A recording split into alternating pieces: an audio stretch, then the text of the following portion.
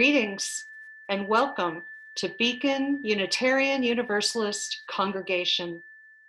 To our members, friends, and everyone joining us in our virtual congregation on YouTube today. I'm the Reverend Robin Landerman Zucker, minister of this congregation, and I will be hosting our virtual worship service today, May 31st, 2020, with our music director, Gabriel Hernandez, and our accompanist, Rebecca Prizznick. Our worship associate, Mark James, will be presenting the sermon today on the topic of solitude and grief in the age of COVID-19. This congregation is spiritually open and intentionally inclusive. Whoever you are and whomever you love, you are welcome here. Our members and friends bring many interests, theologies, and viewpoints to our door. Here we trust you will find a common desire for meaningful community and spiritual growth, and a path for relevant religious exploration, both on your own and in community. Membership in the Beacon community is open to anyone who chooses to walk with us in the spirit of love and in a responsible search for truth. As I light the chalice, the symbol of our free faith, please light your own chalice or candle at home and recite the unison words that you see on your screen.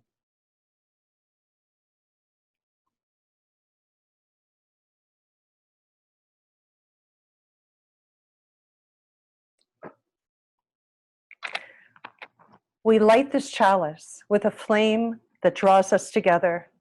With this flame, we cut through the darkness of isolation and are warmed by the fires of our interconnection. Mark has our opening words today. Mark? Opening words today are from a poem I wrote last fall before this pandemic, but they have relevance today, called Finding Solace in Solitude. Doubt clings to me like cockleburrs, causing my feet to lose synchrony. I stumble. Objects in the mirror appear closer than they are, and I cannot loosen my knotted tongue. Meanwhile, the sun welcomes a covering of clouds. A warm glow splays light through moist particles, creating a prism of unexpected colors, evidence of a fire behind the fog. That light lifts me up like a kite embraced by a firm breeze. A stagnation of spirit evaporates without effort or awareness. I am already afloat. The sun needs its solitude and may gather clouds for its reasons. Light may seek seclusion without dimming the source.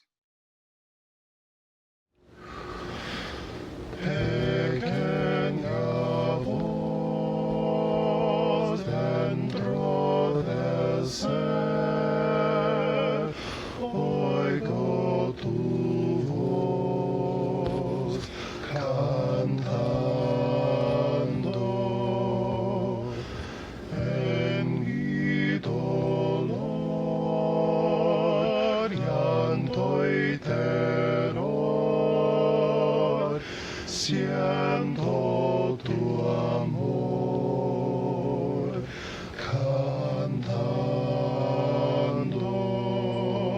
siempre darás calma y solas en mi pesar.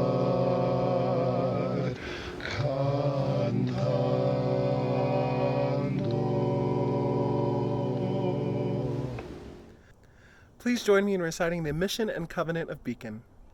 The mission of Beacon Unitarian Universalist Congregation is to be a welcoming community that embraces diverse thought, belief, and builds a just and compassionate world. Love is the spirit of this church. The quest for truth is its sacrament, and service is its prayer. To dwell together in peace, to seek knowledge and freedom, to serve humanity in kindness. Thus do we covenant. Thank you. Each week, members of our community are invited to share a personal joy or sorrow in the supportive fellowship of our community. Today, we do have some joys and sorrows to share, and for each one, I will drop a stone in the bowl. First, our condolences to our member and friend Gus on the death of his sister Magda, who he was very devoted to. There'll be a memorial service for her at a later date. Folks have been writing to me that they miss Beacon, that they're in other places, or that they're just returning to Beacon for the summer and hope that they have an opportunity to meet with others. And whether you are coming or going, just remember that we are always connected and we are always there, and we're thinking about you too. We had a very successful labyrinth service on last week, and I want to thank Paul and Marianne for hosting that. And it was so successful that we will be having an outdoor labyrinth service here in Flagstaff on the last Sunday of every month. So please look at the e-news or our website for details about that and where the labyrinth is located. This has been a very difficult week in our country. We've had the death of an African-American man named George Floyd in Minneapolis, and we've witnessed the despair over that, and also the very despairing reaction of the city of Minneapolis, especially among people of color. This follows on the heels of the shooting of Breonna Taylor last month and other incidences that have caused tremendous frustration, sorrow, and anger in this country. And I put this stone in for all of those who have suffered, all of those who are in despair, and that we can find peace and equality in our society. Mark asked that individuals in the congregation send him some thoughts about solitude and grief in the age of COVID-19. And Nancy sent him some words that I'd like to share with you now. She wrote, "Last week, a commentator on NPR's On the Media pointed out that as Americans, we have an aching need for communal mourning right now. But it's very difficult to comprehend the astronomical numbers of people who are sick or who have died of COVID-19 in this country and around the world. When the trade towers fell in 2001, President Bush recognized all the people killed on that terrible day and said that it didn't matter if we were Democrats or Republicans. On that day, we were Americans, and we joined together to mourn the deaths of all the people who perished that day. I believe he felt real sorrow," writes Nancy, "and showed it. On Memorial Day, I wanted to mourn not only the Americans killed in wars, I wanted to recognize all of the people who have died in this pandemic and to thank all the people who have worked so hard to take care of all of us, sick and well, Black and white, old and young. I don't want empty words," Nancy writes. "I want to see and feel that this grief is real." So for our collective grief, our collective mourning, the 100,000 Americans who have died as of today, their families and loved ones, everyone who is out there caring for us and for each other, I drop this stone. And finally, for all the joys and sorrows that remain unspoken because they are either too private or too tender to share, let us remember that everyone is fighting their own private battle. We know not what it is, but because we're human, we know it to be true. Let us be kind, compassionate, flexible, and forgiving with one another. And now I invite you to come into a comfortable seated position with your feet on the floor and your arms uncrossed, to take a deep breath and close your eyes and come into a quiet guided meditation time.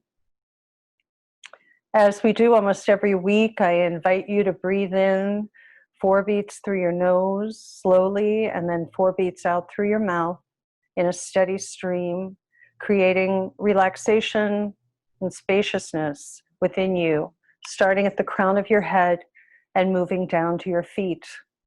Just stop and feel, breathe, and allow whatever those feelings may be.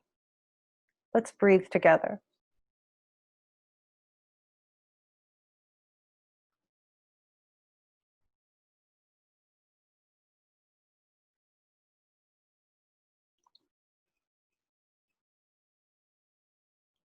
Feel how the tension dissolves and spaciousness appears in its place as you move down your body from your head to your feet.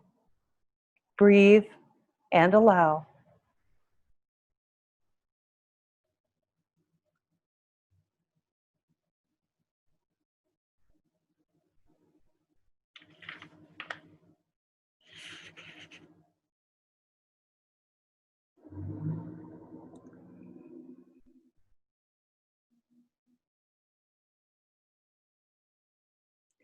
Don't edit your feelings. Today we are allowing, even more than ever, for grief to come through, for sorrow to emerge. More than 2 months into our time of staying at home and coping with this unprecedented situation. So breathe and allow whatever comes up.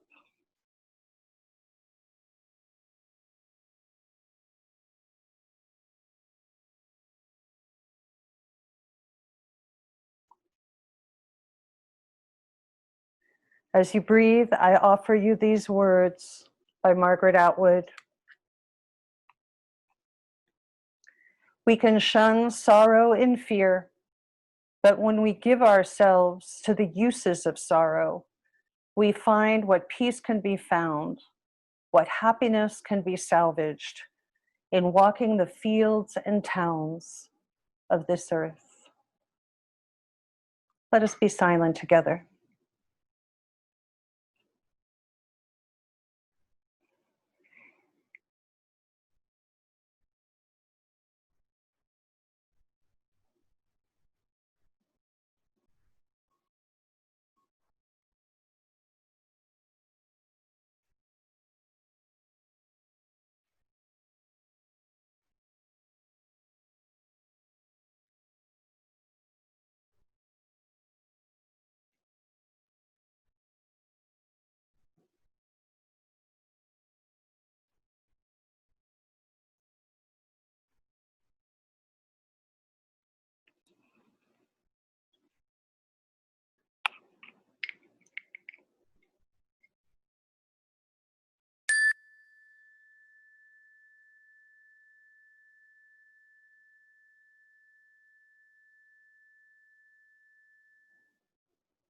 Blessed be.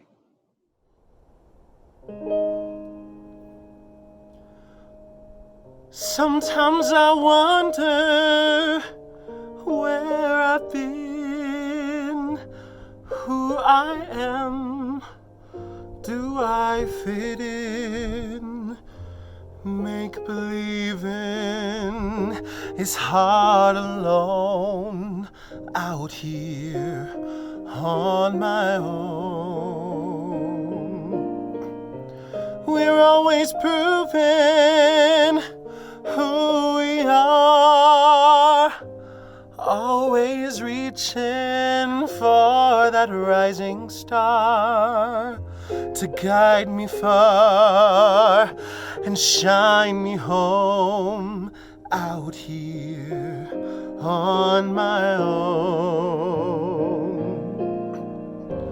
When I'm down and feeling blue, I close my eyes so I can be with you. Oh baby, be strong for me. Baby, belong to me. Help me through. Help me need you. I until the morning sun appears, making light of all my fears.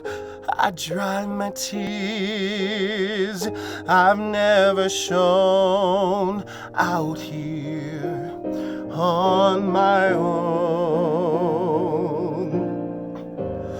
But when I'm down and feeling blue, I close my eyes so I can be with you. Oh, baby, be strong for me. Baby, belong to me. Help me through. Help me need you. Sometimes I wonder where I've been, who I am. Do I fit in? I may not win, but I can't be thrown out here on my own.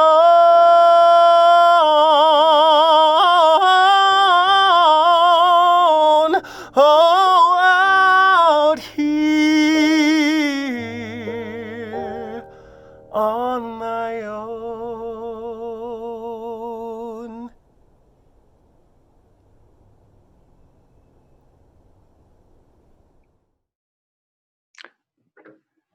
Before I start the reading today, I have opening words from someone we're all familiar with. That's Rumi. Just a line from Rumi. Yesterday, I was clever, so I wanted to change the world. Today, I am wise, so I am changing myself. I took a walk.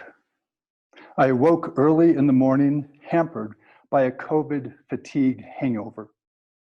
Not from the effect of alcohol, but by the lingering effects of mask-wearing politics and the residue of our new reality.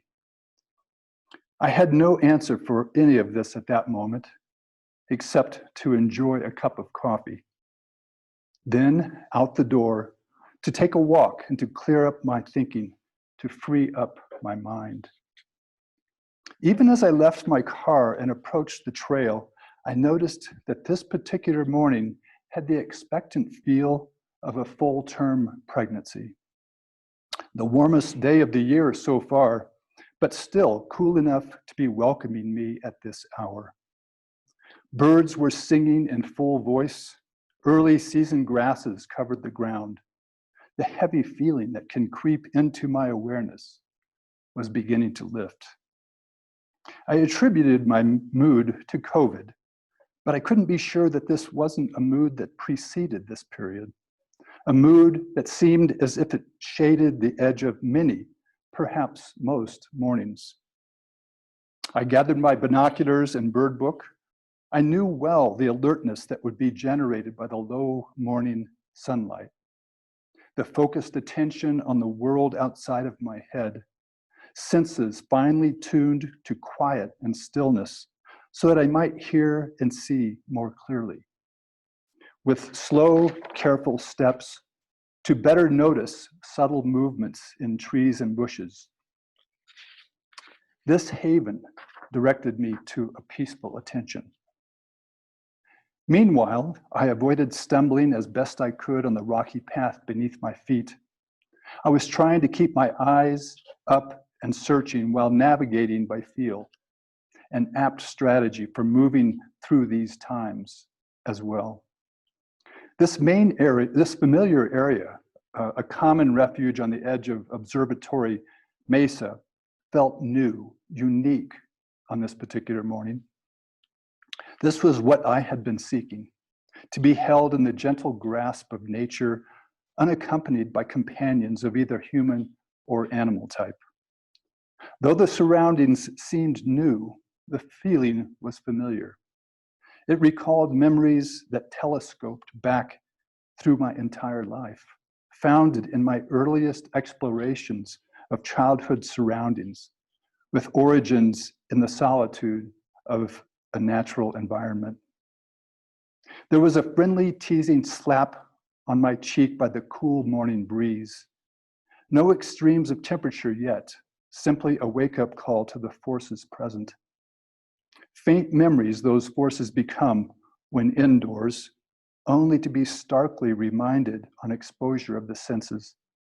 The aroma of essential oils from the pines, the skin's sampling of gentle air, eyes and ears open and receiving, even a subtle taste on the tongue when sufficiently attuned. All of these receptions that became a revelation, experiences that influence not just one's mood, but one's spirit, our very reason for living. This invigorating awareness can so easily shrink back into obsessive, confining thought patterns and leave our senses wanting. This is my preferred resource when seeking solitude, a reliable rediscovery of self that nature awakens. And even with nature's tools for arousal, there can remain a reflex to a more somber spirit in myself. This perhaps a perception that comes with age, with a certain wisdom imparted with sufficient time on this earth. So on that spring morning, as elevating as it was, after a time in the forest, I decided to sit on a tree stump to consult that emerging awareness. I was vaguely disappointed to recognize the remnants of a grief that had been intermittent as of late. I adjusted my posture to more comfortably breathe. I wanted to let go of any thought or feeling, at least the undesirable, burdensome ones, and to simply let my breath become my focus. My intention was to let my mind clear, to create a moment of no thought. I admitted to myself that this experience was not an unadulterated joy. There were moments of pleasure, of mystery and discovery, but they were framed by a veil of sadness that would rise up and then subside again. Like a bit of acid reflux rising up in my throat, I would attempt to swallow to send it back down, but the faint burn of a subdued spirit remained. It dawned on me then to ask myself, what is this? What provokes this? This is what I understood at that moment, that the mist of gloom is a part of my nature, a grounding for me even. I contain the complexity of both light and dark, of sun and shadow. The dark is no more to be avoided than sunlight. The beauty that I so often see in the pine woodlands is stunning in its extremes, in motion and stillness, in sadness and in joy. I deeply appreciate my experience of both. One realizes the other. And when examined closely, these are metaphors for life and death, informing each other and compelling me to take note. In that moment of quiet, I also felt my pulse and heard the silence that surrounded it. The trees, rising up so tall, casting sharp shadows, and the fallen, decaying snags releasing their CO2 back into the atmosphere to be breathed in again by new growth. I did not try to turn away from what was emerging. I knew well enough the futility of trying to dismiss undesired feelings anyway. They are there to be identified and examined, not unlike an interesting bird or flower, and then to ask, what is this? They are not fixed appendages. I wear them like adornments. I inhabit them for a time. Soon enough, they fall to the side and are replaced, all best appreciated in solitude. So a full acceptance of our grief can be a blessing. As we develop a comfort with a visit from a melancholy mood, it can serve as a lens for our perceptions of suffering outside of ourselves. A mature compassion can emerge from this heavy seed, and we are the fertile garden. How one finds solace for whatever pain we may carry is not a one-size-fits-all prospect. Yet solitude remains a means to finding some ease.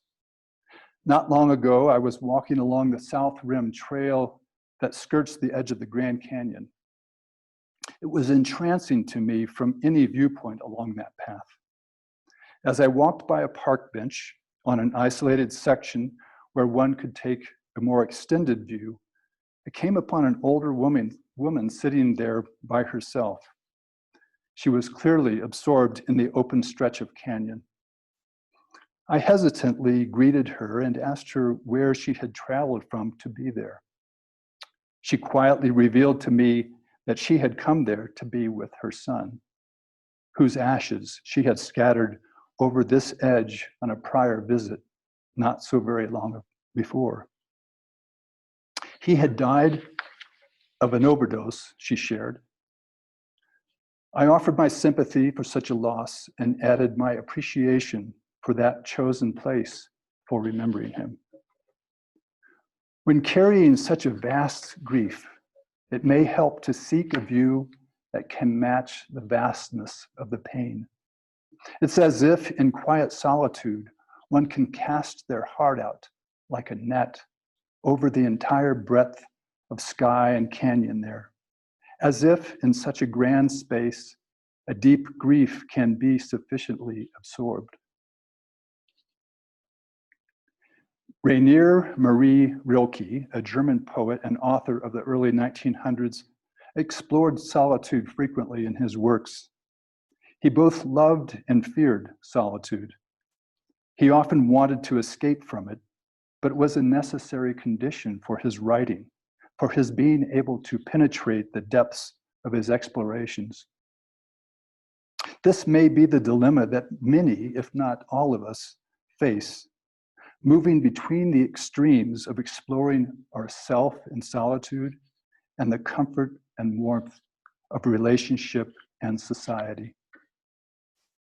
In his short book, Letters to a Young Poet, Rilke asks a young friend who seeks his counsel to, quote, love your solitude and try to sing out with the pain that it causes you. For those who are near you are far away, so you write. And this shows that the space around you is beginning to grow vast. Your solitude will be a support and a home for you, even in the midst of very familiar circumstances. And from it, you will find all your paths. Meditation can be a resource for a different kind of solitude, a means for exploring self by focusing inwardly. In meditation, the focus is fixed on the very moment, often by way of the breath, as I suspect you all know, then to foster an awareness of a quieter self with sufficient practice.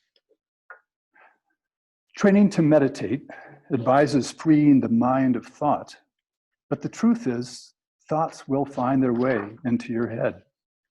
And when we realize them, we can then more easily identify them. They become bordered by the quiet of meditation and are then more easily recognized and named without judgment, simply acknowledged and freed from either blame or praise. This may be the most appreciated benefit of meditation, to clearly recognize the chatter of opinions and prejudgments, whether about the world or ourselves, and to intentionally set them aside. Then, when we aren't meditating, we become better able to notice these unchallenged opinions that can pop up like in a whack-a-mole game. But here, again, just take notice.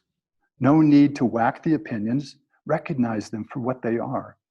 Begin to notice how our auto drive mode functions, how we so easily let our thoughts drive us, and how we can disengage that gear, the unrecognized assumption that was driving you, and replace it with your more aware self. and repeat as often as needed, and it will be needed.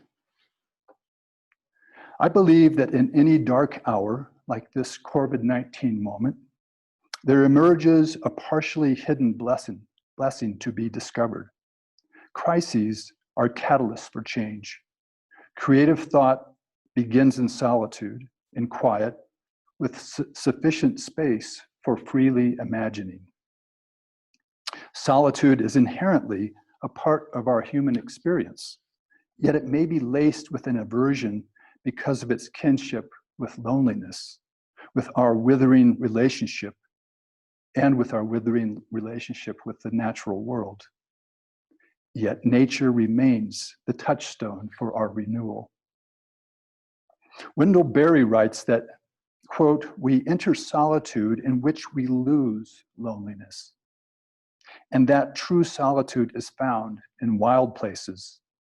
There, one's inner voices become audible.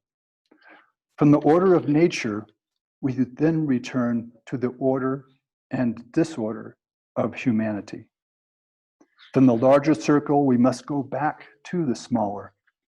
One enters the larger circle of nature by willingness to be a creature, the smaller by choosing to be a human. In their most strenuous striving, sleeping and waking, the creatures are at rest. In the small circle of the human, we are weary with striving and are without rest," unquote. However that may be, the experience of loneliness needs acknowledgement. We are communal animals. Being in relationship with each other is as essential to our wellness as solitude. And loneliness is epidemic in our American culture. Fully 1/4 of the population says they have no one to talk to. But even the most casual of interactions can elicit physiological and emotional responses that benefit us. Simple greetings given to our incidental contacts during the course of a day, be it the post person, the coffee barista, even the stranger walking in the opposite direction 6 feet to the side, all create connectedness in our now shrunken lives. These interactions are some of the strongest predictors of how long we will live. During this period of curtailed movement, amongst others, I seem to have noticed a greater effort by passersby to make eye contact, to say hello, even while a smile remains harder to identify behind a mask. All this to safely bridge the barriers that have been created for our protection. Unfortunately, digital contact is not especially effective at bridging our divide. We don't get the same flood of positive neurotransmitters from Zoom as we do from a hello from a friend or a kind stranger. Much is conveyed in subtle visuals during face-to-face communications that just don't happen on screen. After sufficient time in solitude, it becomes more compelling, I believe, to find complementary experience and community. Even Thoreau returned from his year on Walden Pond to enter his community of thinkers. This is a fundamental piece of the puzzle for creating a meaningful existence. They go hand in glove, solitude and community. This period of COVID-19 will pass, even though the reality that follows may look quite different than what preceded it.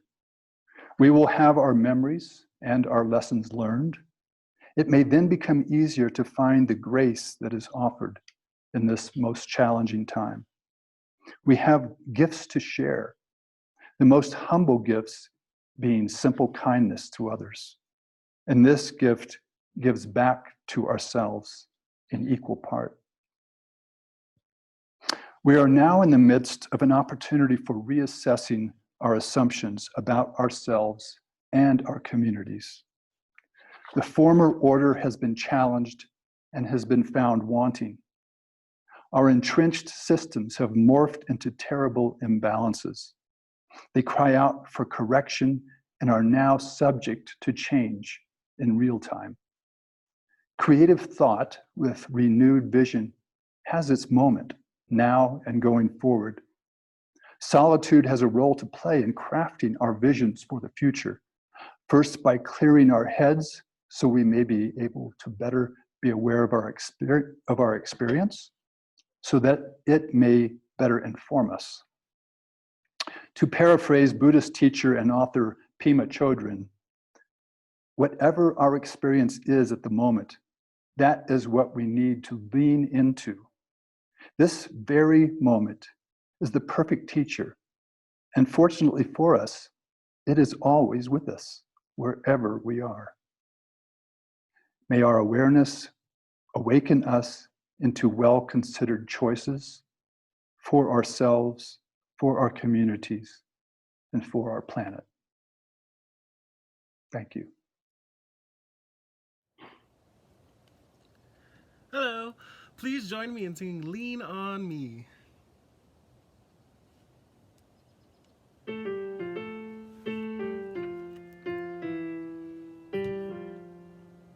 Sometimes in our lives, we all have pain, we all have sorrow, but if we are wise, we know that there's always tomorrow. Lean on me when you're not strong, and I'll be your friend. I'll help you carry on, for it won't be long till I'm gonna need somebody to lean on.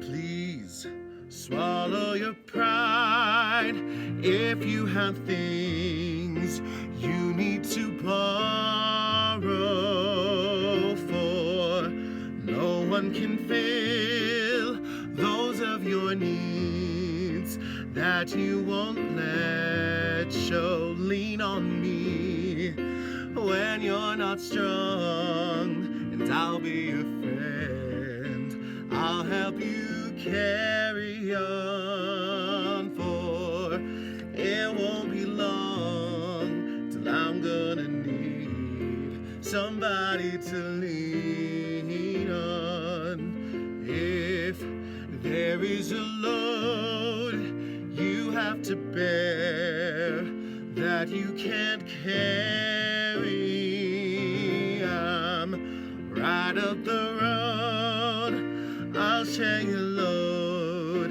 if you just call me. Lean on me when you're not strong, and I'll be your friend. I'll help you carry on, for it won't be long till I'm gonna need somebody to lean on.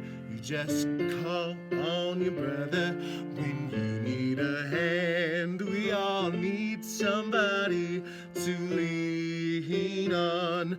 I just might have a problem that you'd understand. We all need somebody to lean on. You just call on your brother when you need a hand. We all need somebody to lean on. I just might have a problem that you'd understand. We all need somebody to lean on. Thank you. Each week, whether we are together in a building or we are together here, we take an offering for the support of the Beacon community and our community partners. We ask that during this time of being together apart, that you support Beacon and our programming as a sign of confidence and love for our enduring future. You can make a donation on our website, beaconuu.com, by using the Vanco application. It's a secure donation. Or you can send a check to Beacon at our Flagstaff address with offering in the note. Whichever way you donate, we very much appreciate your support now and in the future. Mark has some closing words for us. In closing, I would like to share these words from Gabriel Garcia Marquez from the book Love in the Time of Cholera. Human beings are not born once and for all on the day their mothers give birth to them, but life obliges them over and over again to give birth to themselves. I invite you now to imagine that we are holding hands, that it's safe to hold hands, and we are doing that virtually with one another in the Beacon community, remembering that we are Beacon, always connected. If you want to reach out to me, please do. I'm here for you, as are other members of the community. As we imagine ourselves, as I said, connecting by holding hands, please join me in saying the benediction that appears on your screen. Now go out into the world in peace, have courage, hold on to what is good, return to no person evil for evil, strengthen the faint-hearted, support the weak, help the suffering, honor all beings. May you stay safe and well. Blessed be, blessed we. Amen.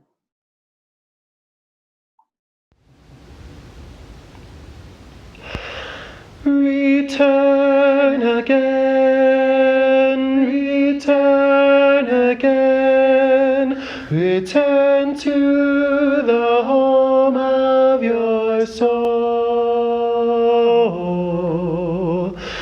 Return again, return again, return to the home of your soul.